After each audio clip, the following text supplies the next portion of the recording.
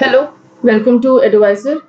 Today we are going to discuss chapter number 9, some MCQs of chapter number 9 class 11th biology.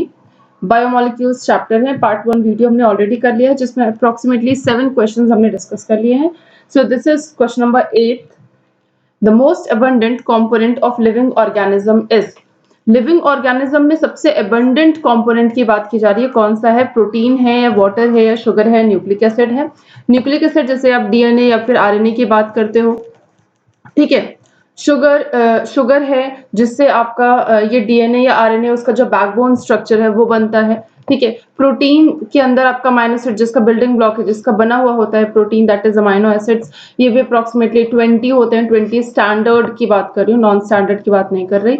जो standard amino acids होते हैं वो होते हैं total 20, ठीक है. तो इन सब का एक अमाउंट है, लेकिन जो वाटर है वो अप्रोक्सीमेटली 90% तक पहुंचा रहता है. तो एबंडेंट कंपोनेंट पूछा है हमारे लिविंग ऑर्गेनिज्म के अंदर, अपने बॉडी में ही देख लीजिए सबसे ज्यादा क्या है, दैट इज वाटर, ठीक है. तो वाटर के बारे में थोड़ी सी बात समझते हैं. वाटर क्या है? वाटर से लाइफ ओरिजिनेट हो रही है, वाटर से लाइफ प्रोसेसेस चल रही है. तो वाटर हमारा जो है वो फोटोसिंथेसिस के लिए भी एक रॉ मटेरियल है. So it's a universal solvent, ठीक है. यूनिवर्सल सॉल्वेंट ये जो है ये यूनिवर्सल सॉल्वेंट में भी है. आप केमिस्ट्री में भी ये चीजें पढ़ते हो, बायोलॉजी में भी ये चीजें पढ़ते हो, ठीक है. इसका वाटर का अगर मैं प्रॉपर्टीज की बात करूं, वाटर की प्रॉपर्टीज की बात करूं तो इसका जो पोलर मॉलिक्यूल, पहली बात जो आपका वाटर है वो HOH इस फॉर्म में टूटता है. ये जो है ये पोलर मॉलिक्यूल है, ठीक है. ये पोलर मॉलिक्यूल है, तो और भी दूसरे जितने भी पोलर मॉलिक्यूल्स होते हैं उनको ये अट्रैक्ट करता है वाटर, ठीक है. वाटर का स्ट्रक्चर हमको पता है, कुछ इस तरीके का वाटर का स्ट्रक्चर होता है, ठीक है. यहाँ पे O नेगेटिव H से जुड़ा हुआ है, ठीक है. H पॉजिटिव है क्योंकि यहाँ पे ये O से जुड़ा हुआ है, इस तरीके से इसका एक बॉन्ड बना, ठीक है. अब यहाँ पे देखिए एक और वाटर है HO. इस तरीके से आपका जो वाटर है ना वो H2O के फॉर्म में, यानी कि H2O होता है तो वो टूट जाता है. एक H, एक ऑक्सीजन, एक H. तो H जो है वो O जो है वो मोस्ट इलेक्ट्रोनेगेटिव है, ठीक है. वो जितनी ज्यादा से ज्यादा उसको बॉन्ड मिल जाते हैं वो आराम से रह लेता है. जैसे फॉर एग्जाम्पल यहाँ पे देखिए, मैं इसको अगर पूरा स्ट्रक्चर बनाने की कोशिश करूं तो इस तरीके का आपको स्ट्रक्चर बन जाएगा, ठीक है. इस तरीके से जितना बढ़ाना चाहे आप बढ़ाते चले जा सकते हैं. देखिए O जो है वो डबल बॉन्ड बनाता है, यहाँ पे देखिए ट्रिपल बॉन्ड बन रहा है आपका, ठीक है. यहाँ पे देखिए ट्रिपल बॉन्ड, यानी कि O जो है वो इलेक्ट्रोनेगेटिव है, तो जितना ज्यादा से ज्यादा वो हाइड्रोजन को जो है उतना ज्यादा बॉन्ड बना रहा है. तो यहाँ पे क्या हो रहा है, जो पोलर मॉलिक्यूल्स होते हैं वो दूसरे पोलर मॉलिक्यूल्स को और ज्यादा अट्रैक्ट करते हैं अपनी तरफ, खींचते हैं अपनी तरफ, ठीक है.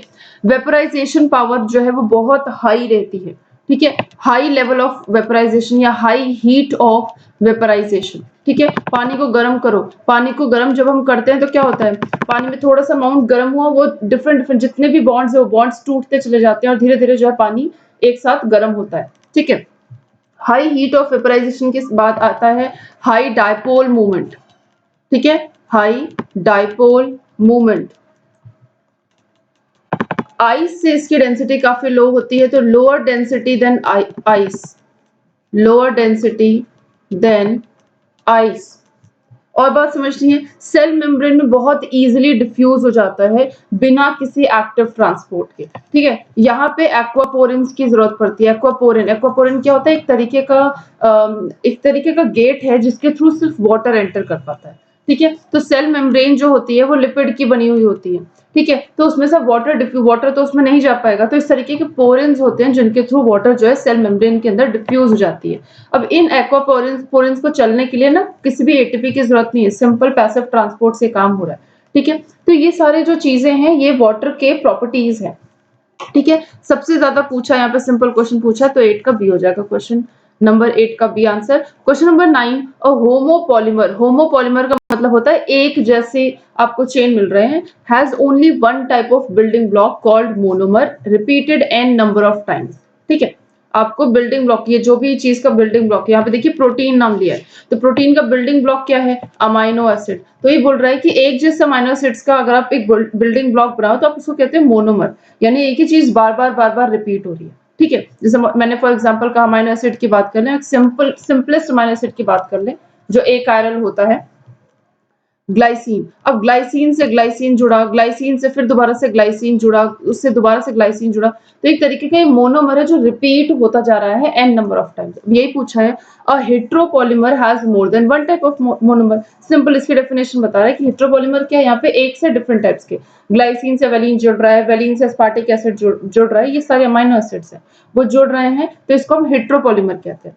तो बोल रहा है कि जो प्रोटीन्स होते हैं अगर हम उसको हेट्रोपॉलीमर से जोड़ें तो कितने टाइप के मोनोमर्स बन जाएंगे। ठीक है, तो आपको पता है कि अमाइनो एसिड कितने होते हैं, कितने अमाइनो एसिड्स हैं, टोटल जो है अमाइनो एसिड्स कितने होते हैं, 20 होते हैं स्टैंडर्ड अमाइनो एसिड। जब भी ऐसा क्वेश्चन आप स्टैंडर्ड अमाइनो एसिड को ध्यान में रखेंगे तो टोटल 20 स्टैंडर्ड अमाइनो एसिड्स होते हैं। ठीक है, जो कि बिल्डिंग ब्लॉक्स होते हैं। अब ये 20 स्टैंडर्ड अमाइनो एसिड से आपके कितने मोनोमर्स बनेंगे, आपके 20 टाइप्स ऑफ मोनोमर्स बन जाएंगे, 20 टाइप्स ऑफ मोनोमर्स। ठीक है, तो आंसर हो जाएगा 9 का ए। अब जैसे इसको थोड़ा सा और डिफरेंट टाइप के एग्जांपल्स में आपको समझाओ, जैसे अगर मान लीजिए यहाँ पे डीएनए के बारे में पूछ लिया जाता, ठीक है, या आरएनए के बारे में, तो आपको पता है यहाँ पे 4 बेसेस होते हैं, एडेनिन, थाइमीन, गुआनिन और साइटोसिन।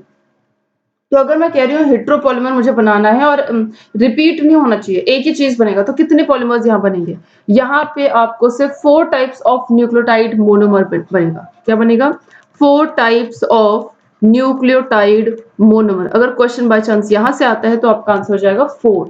ठीक है, तो क्वेश्चन यहाँ से नहीं आया, क्वेश्चन पूछा है यहाँ से कि कितने स्टैंडर्ड अमाइनो एसिड्स है, तो कितने टाइप के मोनोमर बनेंगे, वो बनेंगे 20 types of monomer. Okay, question number 10, proteins perform many physiological functions, बहुत सारे फंक्शंस परफॉर्म करता है, जैसे आपके एंजाइम्स का ही बात है। Which of the following represents an additional function that some proteins discharge, कुछ प्रोटीन्स जो डिस्चार्ज करते हैं उसमें और फंक्शंस वो और कौन करता है वो पूछ रहा है। ठीक है, अब यहाँ पे कई सारे हैं। एंटीबायोटिक्स, ठीक है, ये प्रोटीन नहीं होता, antibiotics is not a protein, ये प्रोटीन नहीं है। ठीक है, प्रोटीन नहीं है। Pigment conferring colour to skin, skin को कलर कौन देता है, स्किन को कलर देता है मेलानिन पिगमेंट। ठीक है, मेलानिन पिगमेंट, मेलानिन कैसे देता है, कौन सी सेल्स, उन सेल्स का नाम क्या होता है, उन सेल्स का नाम होता है मेलानोसाइट्स। ठीक है, अब चाहे मेलानिन कह लो, मेलानोसाइट्स कह लो, ये भी प्रोटीन नहीं होते, ये भी प्रोटीन नहीं होते, तो ये आंसर भी नहीं होगा। Pigments making colours of flowers, flowers हो, फ्रूट हो, उनको कलर कौन देता है, उनको कलर बहुत सारे पिगमेंट्स देते हैं, जैसे फॉर एग्जांपल हम एंथोसाइनिन की बात करें। ठीक है, थोड़ा पर्पलिश कलर देता है ये एंथोसाइनिन। एंथोसाइनिन क्या है, ये फ्लेवोनॉइड है। ठीक है, ये तो जो एंथोसाइनिन है ये भी आपका प्रोटीन्स नहीं होता। ठीक है, हॉर्मोन्स की बात करते हैं, हार्मोन जो है वो आपका प्रोटीन होता है, स्पेशली प्रोटीन नहीं होता। हार्मोन में भी 3 क्लासेस होती हैं, अगर मैं क्लियरली बात करूं 3 क्लासेस होती हैं। एक तो होता है आइकोसिनाइड, आइकोसिनाइड, दूसरे होते हैं स्टीरॉइड जिसमें आपके टेस्टोस्टेरोन, एस्ट्रोजन, प्रोजेस्टेरोन ये सब आते हैं। ठीक है, और तीसरे होते हैं पेप्टाइड हार्मोन। ठीक है, पेप्टाइड हार्मोन जिसको हम लोग प्रोटीन डेरिवेटिव भी कहते हैं। ठीक है, यहाँ पे ये सारी चीजें हैं। चलिए नेक्स्ट बढ़ते हैं क्वेश्चन की तरफ। 11, question number 11, glycogen is a homopolymer made of, glycogen किस चीज का बना हुआ होता है। ठीक है, तो ग्लाइकोजन का मोनोमर क्या है, ग्लाइकोजन, अगर मैं ग्लाइकोजन की बात करूं यहाँ पे ग्लाइकोजन, तो अप्रोक्सीमेटली 30,000 ग्लूकोज यूनिट्स का बना होता है ग्लाइकोजन। ठीक है, 30,000 ग्लूकोज यूनिट्स का। ठीक है, तो अप्रोक्सीमेटली 15 टू यानी कि 10 टू 15 यूनिट्स, 10 टू 15 यूनिट का आपको ब्रांचिंग मिलेगी, यानी कि एक मान लीजिए ये ब्रांच है ना, तो ये लगभग 10 टू 15 यूनिट्स की होंगी, फिर इस ब्रांच से एक और ब्रांच जुड़ेगा, ये 10 टू 15 होगी, इस ये ब्रांच एक और जुड़ेगा 10 टू 15 होगी, तो एक ब्रांच में एक की बात कर रही हूँ, इस पर्टिकुलर एक की बात कर रही हूँ, ये 10 टू 15 होंगे। ठीक है, 10 to 15 units of what, of glucose. ठीक है, ग्लूकोज का ही 10 से 15 होगा। बॉन्डिंग, अगर हम बॉन्डिंग की बात करती हूँ इसी ग्लाइकोजन में, अगर मैं बॉन्डिंग की बात कर रही हूँ, बॉन्डिंग से पहले थोड़ा सा स्ट्रक्चर देख लेते हैं। आपको इस तरीके से स्ट्रक्चर बन जाएगा।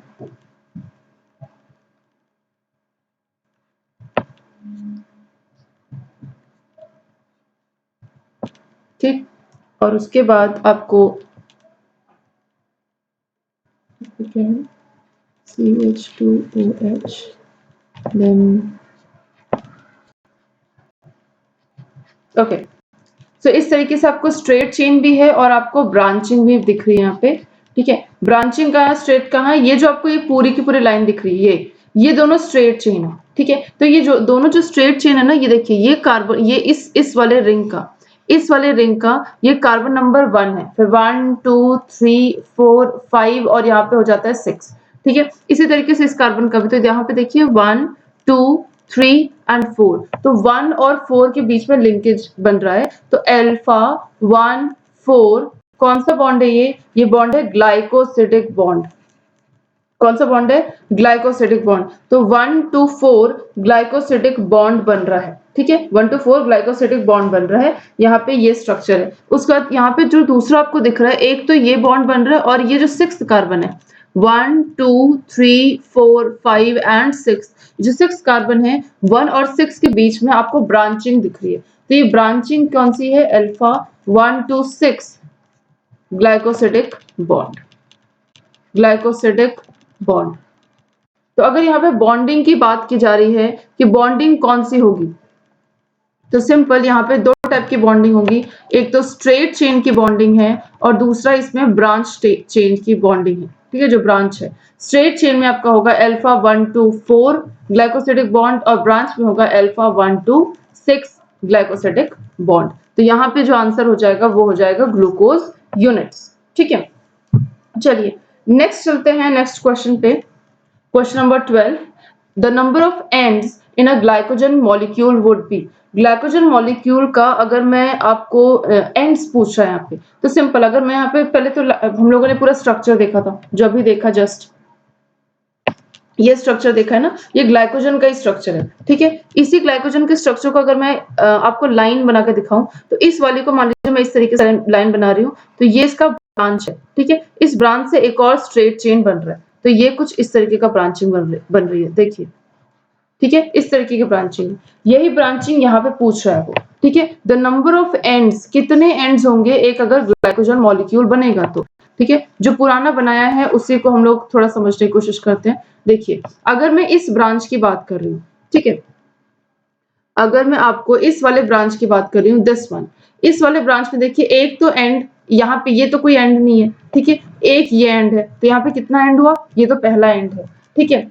अब कितने ब्रांचेस है, आपको एंडिंग कितनी दिखेगी, सबसे पहले जितनी ब्रांचेस है, मान लीजिए यहाँ पे मैं और भी ब्रांचेस बना देती हूँ, यहाँ पे मैंने और भी ब्रांचेस बना दी, दिस वन, इस तरीके से मैंने बहुत सारी ब्रांचेस बना दी, ठीक। अगर मुझे इसमें पूरा का पूरा काउंट करना है कि कितने एंड्स हैं मेरे पास, ठीक है, तो उतने एंड्स हम जोड़ लेंगे यहाँ पे 1, फिर उसके बाद ये 2, ये 3, ये 4, ये 5, ये 6, ये 7 और ये 8, ठीक है, बल्कि इसको नहीं जोड़ेंगे क्योंकि ये तो पीछे से कनेक्ट हो जाएगा, ठीक है। तो यहाँ पे कितने, देखिए कितने ब्रांचेस है आपके, एक तो ये ब्रांचेस है, दूसरा ब्रांच, तीसरा branch, then fourth, then fifth and then sixth, total 6 branches है आपकी, 6 ब्रांचेस है, प्लस 1 आपका मेन ब्रांच है, प्लस 1 आपका मेन ब्रांच है, तो equal to the number of branches, equal to the number of branches plus one आपको करना है क्योंकि मेन ब्रांच को भी आपको ऐड करना है, तो यहाँ पे आंसर हो जाएगा, यहाँ पे आंसर हो जाएगा आपका ए, 12 का A, equal to the number of branches plus 1, ये आपका आंसर है। Question number 13, the primary structure of a protein molecule has, protein molecule में कितने मतलब जो प्राइमरी स्ट्रक्चर है उस वो कितने होंगे, ठीक है।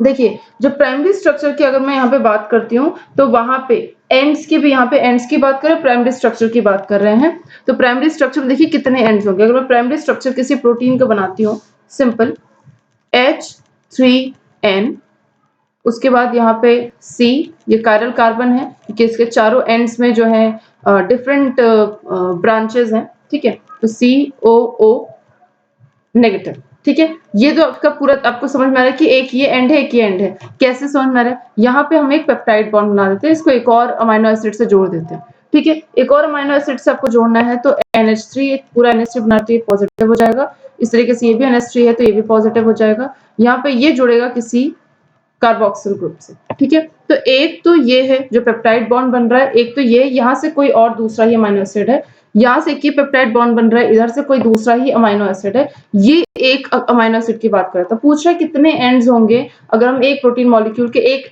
प्राइमरी स्ट्रक्चर की बात करें, तो ये आपका पहला एंड है और ये आपका दूसरा एंड है, तो टोटल आपके 2 एंड्स हो जाएंगे। The primary structure of a protein molecule has 2 ends. Okay, question number 14 and the last question of this class is, यहाँ पे पूछा है कि एंजाइम जो है वो बायोकैटलिस्ट है, ठीक है। Enzymes are biocatalyst, they catalyse biochemical reactions, in general they reduce activation energy of a reaction. यहाँ से क्वेश्चन पूछता है, यही लाइन पूछता है क्वेश्चन में कि एंजाइम जो है वो एक्टिवेशन एनर्जी को लो करता है या फिर हाई करता है, तो that lowers the activation energy, ठीक है, एक्टिवेशन एनर्जी को लो करता है। Many physicochemical processes are enzyme mediated, which of the following reaction is not enzyme mediated in biological system, ठीक है। तो यहाँ पे देखिए, ये क्वेश्चन का थोड़ा सा समझाते हैं। जो CO2 होता है, जो CO2 वो वाटर में डिसॉल्व हो जाता है, ठीक है। CO2 जो है वाटर में डिसॉल्व हो जाता है। यहाँ पे एक एंजाइम, यहाँ पे एंजाइम का कोई भी रिएक्शन नहीं होता। बाकी दूसरे हैं अनट्विनिंग ऑफ 2 स्ट्रैंड्स ऑफ DNA, ठीक है। तो एक आपका ये जो अनवाइंडिंग है या फिर जो बाइंडिंग है DNA स्ट्रैंड्स की, ये एंजाइम टोपोआइसोमरेज से, ठीक है। जब आप DNA का अनबाइंडिंग या बाइंडिंग की बात करते हो तो यहाँ पे एक एंजाइम लगता है जिसका नाम है टोपोआइसोमरेज, टोपोआइसोमरेज, ठीक है। स्ट्रेस रिलीजिंग टोपोआइसोमरेज जो है वो अनबाइंडिंग या बाइंडिंग के लिए हेल्प करता है, ठीक है। दूसरा है हाइड्रोलिसिस ऑफ सुक्रोज, सुक्रोज को तोड़ना। तो सुक्रोज को जब हम तोड़ते हैं तो यहाँ पे ये कौन से एंजाइम से तोड़ता है, यहाँ भी एक एंजाइम लगता है, इस एंजाइम का नाम है सुक्रेज। माल्टोज को तोड़ना है तो माल्टेज, लैक्टोज को तोड़ना है तो लैक्टेज, ऐसे टाइप के एंजाइम्स लगे होते हैं। Formation of peptide bond, peptide bond जो आपको पीछे ही दिख रहा था कि ये जो 2 बॉन्ड थे, ठीक है, ये जो आपको 2 बॉन्ड दिख रहे हैं, एक तो बॉन्ड ये this one and the second bond, ये जो दोनों बॉन्ड है कौन से बॉन्ड है, पेप्टाइड बॉन्ड है। कौन सा बॉन्ड है, पेप्टाइड बॉन्ड। और जब भी पेप्टाइड बॉन्ड बनता है तो हमेशा वन वाटर मॉलिक्यूल जो है वो रिलीज होगा हमेशा। ये हाइड्रोलिसिस रिएक्शन है। कौन सा रिएक्शन है ये, यहाँ पे आपको एक वाटर जो है वो रिलीज होगा, ठीक है, वन अमाउंट ऑफ वाटर जो है वो रिलीज होगा, ठीक है। तो यहाँ पे देखिए पेप्टाइड बॉन्ड में वही चीज यहाँ पे पूछ रहा है कि फॉर्मेशन ऑफ पेप्टाइड बॉन्ड। तो पेप्टाइड बॉन्ड का जब फॉर्मेशन होता है, एक वाटर मॉलिक्यूल रिलीज होता है, उसके साथ साथ जो एंजाइम ये काम करवाता है उस एंजाइम का नाम है peptidyl transferase, peptidyl transferase. CO2 जो है वाटर में डिसॉल्व होता है, इसके लिए कोई भी एंजाइम नहीं लगता, इसलिए ये आंसर जो है वो करेक्ट हो जाएगा। यही पूछ रहा है कि कौन सा ऐसा बायोलॉजिकल सिस्टम है जिसमें एंजाइम्स का रिएक्शन इन्वॉल्व नहीं होता। So with this, thank you. Next में हम लोग चैप्टर नंबर 10 को कंप्लीट करेंगे। So till then bye bye.